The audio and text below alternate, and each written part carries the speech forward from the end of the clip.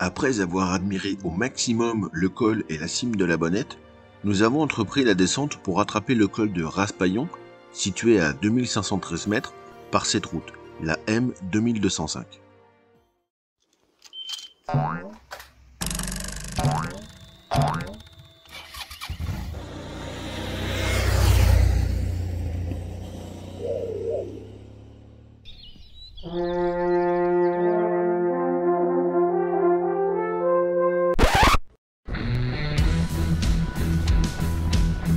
La M 2205 regroupe tous les critères de la route idéale du motard. Bitume parfait, des lignes droites longues juste comme il faut, des virages tip-top et une vue extra. Tous les 5 prenons beaucoup de plaisir à l'emprunter d'ailleurs. Nous en profiterons pour dire au revoir à la neige. En effet, nous ne grimperons plus aussi haut et plus nous approchons de la Méditerranée, plus la température monte, elle. Donc bye bye la neige et merci de nous avoir accompagnés. Après quelques virages, nous traversons ce camp militaire des chasseurs alpins, construit en 1889 et qui fut le théâtre d'atroces combats en juin 1940 et septembre 1944.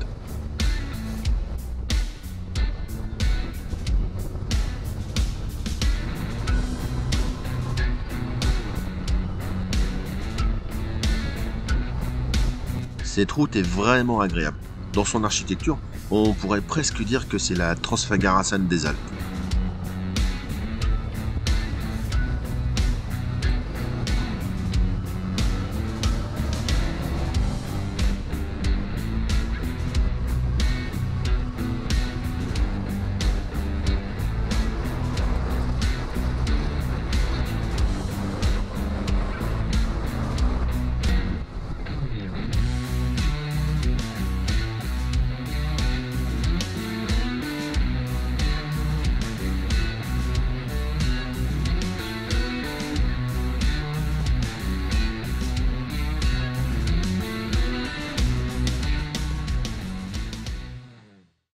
Toujours sur la M 2205, on a rattrapé la Tinée, cette rivière qui creuse son sillon dans la montagne jusqu'à la transformer en canyon. On traverse Isola, nom que tu as forcément entendu si tu as fait du ski dans les Alpes, puis on file plus à l'ouest vers le col de la Couilleule, à 1678 mètres. Ouais, j'ai bien dit Couilleule. On sent bien qu'on est déjà beaucoup plus au sud, qu'on n'est plus très loin de la Méditerranée, parce que la couleur de la roche a changé. Elle est devenue ocre, presque rouge même par endroits, tu vois. Ça c'est typique des roches de la région. Là, en continuant sur cette route très sinueuse et très intéressante, on va finir par arriver dans une sorte de canyon en fait, où si on te dit pas que c'est en France, tu penses que c'est le Grand Canyon des USA à l'échelle plus petite évidemment. Oui, bah on n'est pas au Colorado non plus quand même. On s'écarte un tout petit peu de la route originale des Grandes Alpes. Hein. On est d'accord, on n'est plus sur la route des Grandes Alpes, on va la rattraper après. C'est très très impressionnant et on pouvait pas ne pas passer voir ça. Ça aurait été dommage de manquer ça alors qu'on est vraiment à côté et ça offre un paysage extraordinaire. Tu vois là-bas la route qui continue quoi. Donc c'est vraiment c'est magique. Ça a presque un goût de Corse aussi un petit peu. Hein, comme ça, des routes sinueuses à flanc de rocher, assez étroites, sans visibilité non plus, donc heureusement qu'en face les mecs ils arrivent pas tous comme des dingues. Bon, c'est vertigineux, hein, moi qui suis sujet à ça, faut pas que je me rapproche trop du bord parce que c'est tendu. Ah, il fait moins le malin là. Mais non, là c'est magique quoi. Là, un tunnel, bon il est bétonné mais c'est creusé à même la roche quoi. Bah comme tous les tunnels.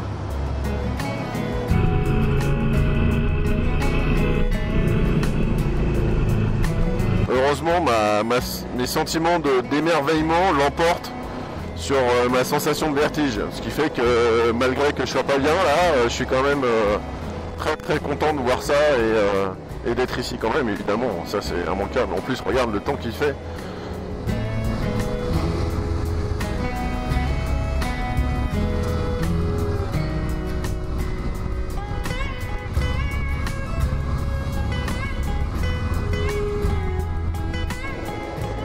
On a pris encore un petit peu d'altitude et la couleur de la roche a encore changé. C'est impressionnant. Là, on est sur une roche vraiment ocre. Il n'y a plus du tout de notion de rouge. Et puis on arrive. Alors, je pense que c'est Roubion, hein, comme village. Ça me paraît être logique, en fait. Je vois que ça. Ouais, tu penses bien, c'est Roubion. Quelle idée de foutre des baraques à cet endroit-là, quand même. En voilà une question qu'elle est bonne, car bien que le village soit complètement perché sur un promontoire, Roubion, qui existe au moins depuis l'an 1067, a subi inondations et coulées de boue lorsque la tempête Alex a frappé les Alpes-Maritimes en octobre 2020. Je pense que, tu vois, voilà la roche complètement devenue ocre. C'est impressionnant, en 100 mètres d'altitude, la couleur que ça prend, quoi. Et toujours une vue incroyable. Et je pense qu'on a perdu nos amis. Ils étaient avec nous et ils ont dû aller tout droit, ils étaient devant nous et comme ils tartinent un peu plus, je pense qu'on les a perdus. Ils n'ont pas dû tourner à gauche où il fallait. Mais regarde-moi cette vue, quoi. Et oui, Serge et Enzo sont bien partis tout droit. Ils se sont vite aperçus qu'on n'était plus derrière eux et ont fait demi-tour pour nous rattraper facilement et rapidement. Après le village de Beuil, on fait un dernier détour pour pénétrer dans les gorges de Sion. Le Sion est en fait un affluent du Var, long d'à peine 25 km. D'un courant assez fort et avec un débit très variable, ce fleuve a taillé les roches de pélite rouge très friables pour former les gorges inférieures et supérieures qui nous offrent aujourd'hui un spectacle visuel impressionnant. L'homme y a construit la D28 que nous empruntons, mais elle est régulièrement endommagée par la roche fragile et les crues.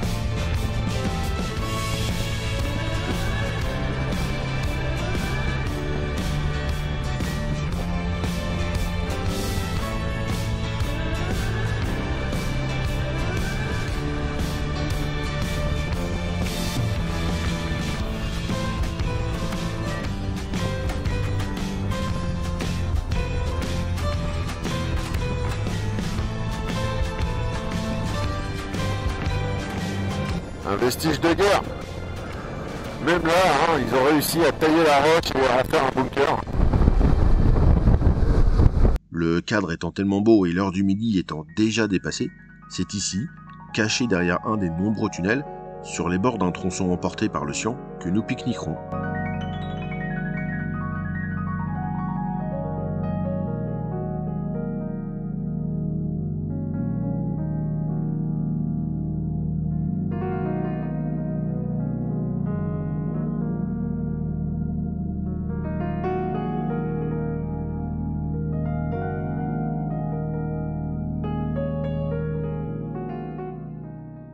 Et après le repas, rien ne vaut une bonne balade moto pour digérer, non? T'es pas d'accord?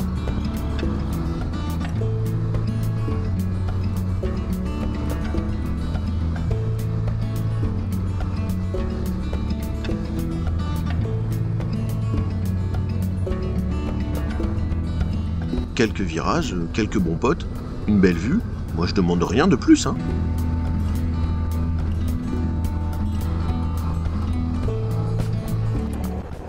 Après avoir dégusté notre repas dans les gorges de Séa, qui était un super cadre, après être monté au col de Valberg, juste un peu plus haut, qui était somme toute classique, donc on s'y est pas spécialement arrêté.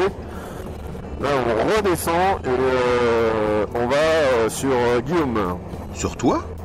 Non, pas sur moi, sur le village qui s'appelle Guillaume en fait, voilà. Avec un S. Moi j'ai pas de S. Un seul ça suffit. Oula, oui. Faut quand même expliquer aux spectateurs qu'on s'appelle Guillaume, mais que tu t'appelles William qui signifie Guillaume en anglais, sur les réseaux pour... je sais pas trop pourquoi en fait.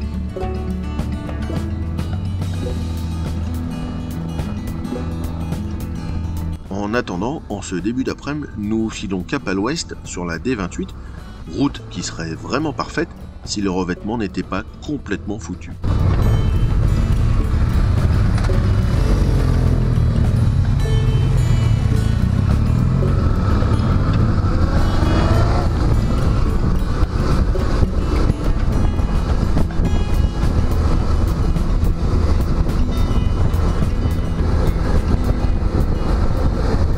Pour en revenir au revêtement, globalement depuis le départ, on n'aura pas eu à se plaindre de l'état des routes. Mais alors ici, comment te dire?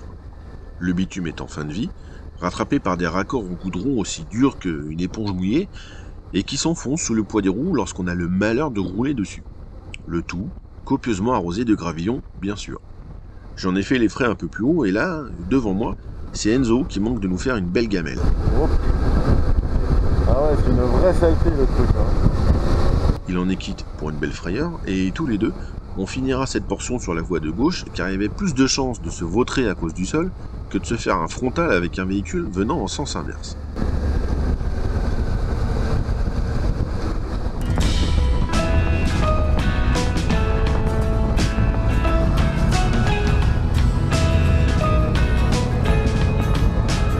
Plus les kilomètres défilent, plus on descend en altitude, et on finit par se mettre à la même hauteur que le Var.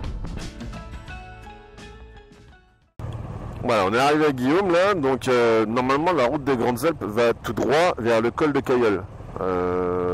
Sauf que nous, le col de Cailleul il est à 2326 mètres. On en a déjà fait pas mal pour aujourd'hui. Donc en fait on va zapper le col et puis on va se diriger... Voilà, hop, on va commencer à prendre la direction de Nice. Mais on a encore quelques cols à se faire quand même, rassure-toi. C'est pas fini. Il reste une journée encore. Par contre, la voix off, elle va te dire des choses sur le col de Cailleul. Un voix off. Ah bah heureusement que je suis là, hein. Le nom du col, Cailleul, vient du mot caille, qui désignait un lieu rempli de cailloux. Là aussi, au XIXe siècle, le chemin ne pouvait être emprunté qu'à dos de mule. Ce n'est qu'entre 1907 et 1914 que la route actuelle fut construite, entraînant d'ailleurs le déplacement du col sur 300 mètres. Voilà, il reste d'autres cols à faire encore, le col de Turini par exemple. Ah oui, mais ça, c'est pour plus tard, hein. En attendant, on va longer le Var en passant à travers les magnifiques gorges de Dalhuy sur la D2202. Les gorges de Dalhuy sont un immense canyon long de 6 km, situé entre Guillaume et Dalhuy, c'est logique, hein, et formé par le Var. Ce canyon, en plus d'être très beau, a un sol très riche puisqu'il y avait ici des mines de cuivre dont certaines sont encore visibles. Entouré de contes et de légendes, on y retrouve entre autres le pont de la Mariée, haut de 80 mètres, ou même la gardienne des gorges. Ouais, c'est elle, à droite du beau gosse là. La route qui la traverse et sur laquelle nous sommes aura nécessité la création de 17 tunnels.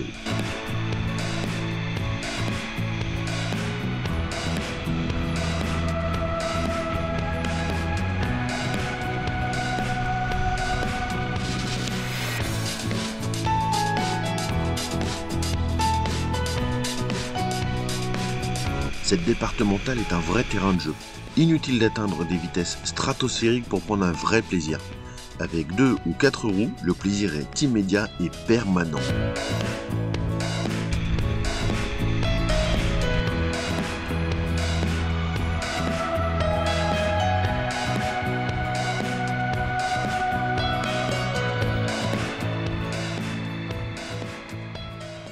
Mais la meilleure façon d'apprécier ces gorges, c'est encore de s'arrêter et d'écouter autant que de voir.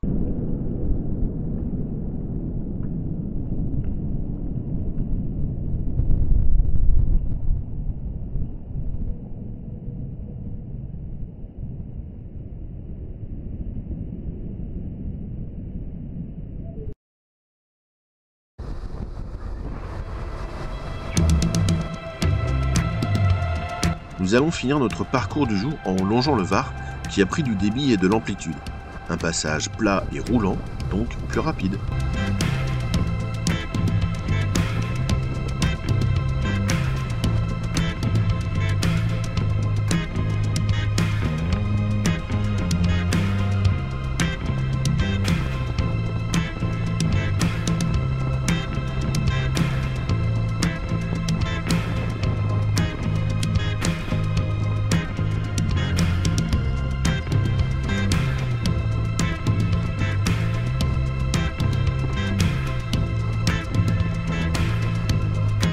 passera devant cette cité, en bord du Var, pour pousser jusqu'à Puget-Théniers, la fin de l'étape du jour, pour se poser boire un coup, avant de finalement faire machine arrière pour retrouver un campement.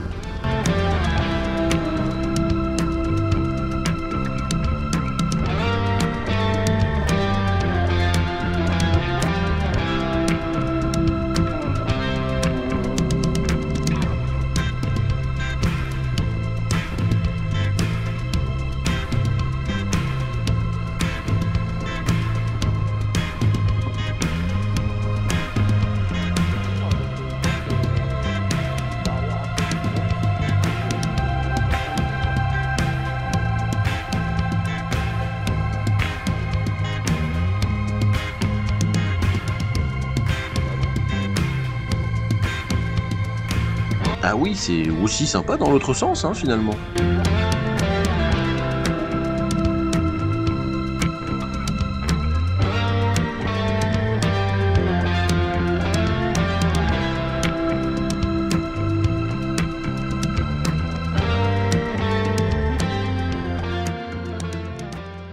Après toute cette journée de moto, on s'est posé dans le camping du Break, plutôt tranquille et agréable. Je te mets naturellement le lien en description. L'instant de détente étant le bienvenu, on a profité de l'étang privé du camping pour nager, faire du paddle, du canoë. L'occasion de voir que certains sont beaucoup moins à l'aise dans l'eau que sur une moto. Il faut pas grand chose pour qu'on s'amuse quand même. Voilà, c'est là où je voulais en venir. Eh ben voilà. Et pourtant la jeune fille, elle vous avait prévenu, c'est pas stable. Seconde tentative et second échec. En tout cas, on se sera bien détendu, on aura bien rigolé. N'est-ce pas Eric que ça fait du bien? Après la petite baignade de cet après-midi, on se fait un petit chemin à pied là, qui longe le Var, que tu entends un peu peut-être. On va dans le centre de Entrevaux et puis on va se trouver un petit resto parce que c'est le dernier soir où on sera tous ensemble. Donc voilà, on va arroser ça et puis fêter ça, même s'il reste encore une journée demain. Donc on longe le Var qui est juste... Attends que je tourne le téléphone. Hop, là, ici derrière moi. Et puis alors la piste par contre, moi je suis en tongue. Donc là aussi c'est du off-road hein, pour moi. C'est un petit peu dur. Mais pour un resto, qu'est-ce qu'on ferait pas quoi, hein? Voilà. Et là tu vois, rien que pour cette vue, ça valait le coup de galérer un peu en tongue sur ce chemin là quoi. Ouais, complètement. Et la photo du jour, c'est d'ici qu'on la prendra. En fait, on arrive par le chemin qu'on voit quand on est sur la route en face de l'autre côté du Var, sur l'autre rive. Et là, on arrive dans l'espèce de cité un peu médiévale, tu vois, avec ancien pont-levis, meurtrière sur les murs. La citadelle d'Entrevaux, puisque c'est son nom, date du Moyen-Âge où elle a été construite pour protéger ses habitants de l'insécurité. Elle sera notamment attaquée par Charles Quint, le roi d'Espagne, en 1536 et sera libérée par le barbier de la ville, un mois plus tard, lorsqu'il trancha la gorge du gouverneur espagnol qu'il rasait. Comme quoi il faut toujours bien choisir son barbier. Les remparts seront fortifiés en 1624 par Richelieu, avant d'être renforcés un peu plus tard encore par un certain Vauban. Pendant la Première Guerre mondiale, elle servira de prison pour les officiers allemands capturés. Et dès que tu passes le mur, tu arrives sur cette petite place. C'est chouette, hein?